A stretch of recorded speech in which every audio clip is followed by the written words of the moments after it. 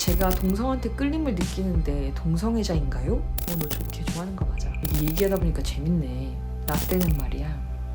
유튜브를 처음에 해야 되겠다 이렇게 생각한 게 내 속에 뭔가가 있구나, 이 얘기를 사람들이랑 나누고 싶은 이 얘기를 어딘가에 꺼내놔야겠다 했는데 이제 채널을 찾다 보니 유튜브가 된 거였거든요. 근데 아무래도 주제를 잡고 무슨 얘기를 해야 되지 이렇게 생각을 하니까 자꾸 호주 얘기로 가요. 그래서 조금 더 사적으로다가 이 침대 위에서 이야기를 시작해 보려고 합니다. 다소 이제 나 때는 말이야처럼 들릴 수 있는데 맞아요. 저는 지금 36살이거든요. 그러니까 솔직히 뭐 성 정체성을 고민을 하거나 좀 20대, 10대 후반, 10대 심지어 중반 이렇게 보면 이모지 이모. 속상하다. 이거 반말로 해야 되겠어요. 친근감을 위해서라도 반말이 낫겠지. 나 때는 말이야. 동성애라고. 아니 잠깐만. 우리 나 때는 말이야. 온라인 인터넷이 이렇게 없었어. 진짜 좀 너무한가? 응답하라 시리즈처럼 막 그 천리안 막 이런 거는 아닌데 거기까지는 아닌데 인터넷을 쓰면은 전화로 요금이 나오고 그랬다고요. 모뎀이라고 해가지고 내가 인터넷으로 막 이렇게 뭐 서핑을 하잖아? 그럼 전화가 안 돼. 왜냐면 그게 전화선을 같이 공유를 하거든 인터넷이. 근데 전화비가 진짜 많이 나와. 친구랑 인터넷으로 막 채팅을 한다. 친구랑 전화 붙들고 통화를 한다, 연애를 한다 이러면 이제 난리 나는 거야. 우리 엄마가 나 어렸을 때 그거 고지서를 끄는 거야. 전화비가 많이 나왔다고. 그 내가 여자친구랑 통화한 거를 들킬 뻔했지 뭐야. 너는 얘랑 이렇게 통화를 많이 하니? 이렇게 되는 거지. 왜 이렇게 통화를 많이 하니? 당연하지. 나는 걔한테 관심이 있어가지고 계속 연락을 하는데 전화비가 당연히 나오는 거 아니겠어? 이게 얘기하다 보니까 재밌네. 그러니까 라떼는 말이야. 죄송합니다. 그랬어요. 동성애라고 이제 검색을 하잖아.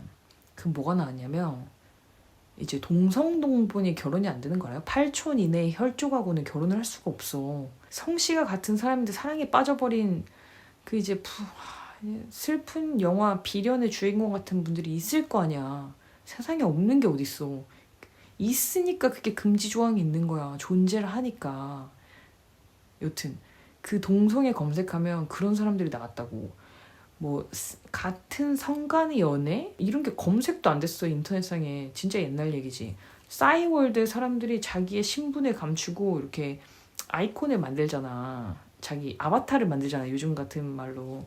그러면 사람들이 다 막 선글라스 낀 이미지, 이렇게 두건 쓴 이미지에서 자기를 좀 가리고 싶은 그 인터넷의 익명성 뒤에 숨어가지고 이제 사람들을 만나고 했다고. 관계를 이렇게 넓혀가고 했다고. 그런 시절을 살았지. 그 아마 동성애 이런 걸 검색한 게 초등학교 저학년 때였을 거야. 그러니까 1900 몇 년도인지는 자막으로 한번 찾아볼게. 나는 엄청 빨리 성 정체성을 깨닫게 된 케이스지. 그러니까 성 정체성을 깨닫게 되는 계기는 그냥 두 종류로 정리가 된다고 봐. 하나는 아주 어렸을 때 나처럼 여자는 이렇게 구성이 되는데 이거에 내가 맞는 카테고리에 틱틱틱 하면서 나는 여자구나 이렇게 정체화를 하는 건데 거기에 내가 안 맞을 수가 있다는 것이 좀 일찍 정체화를 하는 경우가 있고, 또 하나는 어떤 사람을 만났는데 이 사람이 번쩍 눈을 뜨이게 하는 거지. 그러니까 그 사람이 아니어도 내가 동성애자일까? 이렇게 고민을 하게 되는 동성애자가 있어. 내가 보기엔 둘 중에 하나야. 자기가 진짜 나는 성 정체성이 남들과 다르다 이렇게 딱 인지를 하는 아주 일찍 깨닫는 경우, 대체로 이때는 10대 안에 해결이다. 10대 이전에, 그러니까 20살 이전에 그 이제 정체화를 할 때 다 알게 된다고. 근데 좀 늦게 깨닫게 되는 경우는 어떤 사람을 만나면서 그 사람이 동성인데 끌림이 너무 강렬한 거야. 그리고 부정하지 않고 이제 빠져들어. 당연히 중학교 때, 뭐 고등학교 때 질풍노도의 시기를 겪었지. 나는 여자인 이 사람을 좋아하는 건지, 아니면 이 사람이 여자여서 좋은 건지, 날 좋아해주는 여자여서 좋은 건지, 아니면 내가 이 사람이 너무 좋은 건지, 막 그런 좀 말장난 같은 고민들을 엄청 많이 하잖아. 그리고 그때는 너무 절박하고 절실하고 맨날 눈물로 밤을 지샐 만큼 힘들었지. 이거는 안 겪어본 사람들이 아나? 그게 너무 힘들어서 그냥 내가 20살이 되기 전에 그냥 없어질 것 같았어. 너무 구체적으로 막 어떻게 나를 해버리겠다 그런 생각이 아니라 그냥 그렇게 막연하게 너무나 힘들었어. 매일 눈 뜨고 눈 감고 그냥 숨 쉬고 하는 것들이 너무 힘들었어. 그런 날들이 막연하게 그 미래를 꿈꿀 수 없는 그런 불안한 상태에 살고 있었어. 오늘은 7살의 성정체성을 깨달을 수 있다. 요 얘기로 그냥 여기까지만 마무리를 하려고 하는데 꼭 하고 싶은 얘기가 하나 있어. 정체성을 어렸을 때 깨닫는 경우가 굉장히 많단 말이야. 동성애자나 특히 트랜스젠더 같은 경우에는 자기가 생각하는 성과 그 자기 몸이 다른 걸 유아기에 알아차린다고 해. 그러면 부모님들이 진짜 중요한 거야.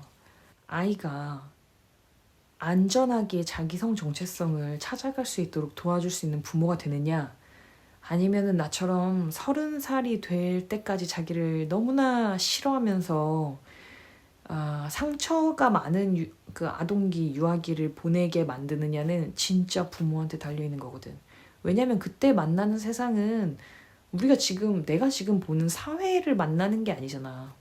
내가 살고 있는 가정과 그때 뭐 친구들이 얼마나 중요한가. 그 부모의 되게 긍정적인 피드백이 엄청 중요하거든. 밖으로 아이가 나올 수 있게 편안하게 자기를 찾아갈 수 있게 해주는 그 환경. 아직은 한국 사회에서 그런 가정을 보기가 되게 어려운 것 같아. 아직 많이 깨어있지도 않고 우리 아이가 이렇게 다르게 느낄 수 있다는 걸 아예 모르지. 주제가 된 적이 없잖아. 그지? 우리 아이를 영재로 키우는 법 뭐 이런 거는 되게 뭐 태교부터 시작해가지고 관심이 많은데 그냥 우리 아이가 그냥 그 아이일 수 있게 자기가 누군지 찾아갈 수 있게 하는 법에 대해서는 아직. 그리고 하나 더. 제가 동성한테 끌림을 느끼는데 동성애자인가요? 라고 하는 질문 되게 많잖아. 어떻게 해야 될지 모르겠어요. 친구들이 알까봐 두려워요. 그리고 무엇보다 이 아이한테 너무 사랑을 고백하고 싶은데 어떻게 해야 될까요? 막 이런 고민들을 가끔 보게 되는데 일단은 진짜 자연스러운 감정이니까 어떤 행위 이전에 너의 감정을 인정해 줄 것. 좋아하는 거 맞아. 너 걔 좋아하는 거야. 걔가 계속 생각나고 계속 보고 싶고 목소리 한 번이라도 더 듣고 싶고 맛있는 거 있으면 걔랑 나눠 먹고 싶고 막 좀 손도 잡아보고 어떻게 해보고 싶고 그 어떤 성의 대상화를 그 친구를 자꾸 이입해서 하고 있잖아. 너 걔 좋아하는 거 맞아. 근데 걔 좋아하는 건 맞거든? 근데 네가 동성애자인지는 아직 몰라. 동성애자는 네가 걔를 좋아한다고 네가 동성애자이고 아니라고, 그러니까 걔를 좋아하지 않는다고 동성애자가 아닌 그런 문제가 아니거든. 네가 앞으로 살면서 어떤 선택을 해가느냐, 그러면서 어떻게 정체화를 해가느냐, 여기에 동성애자로 사느냐 아니냐가 달려있어. 그러니까 너무 고민하지 않았으면 좋겠다. 이 2가지 얘기는 오늘 클립에 마무리를 하고 가도록 할게. 또 봐요.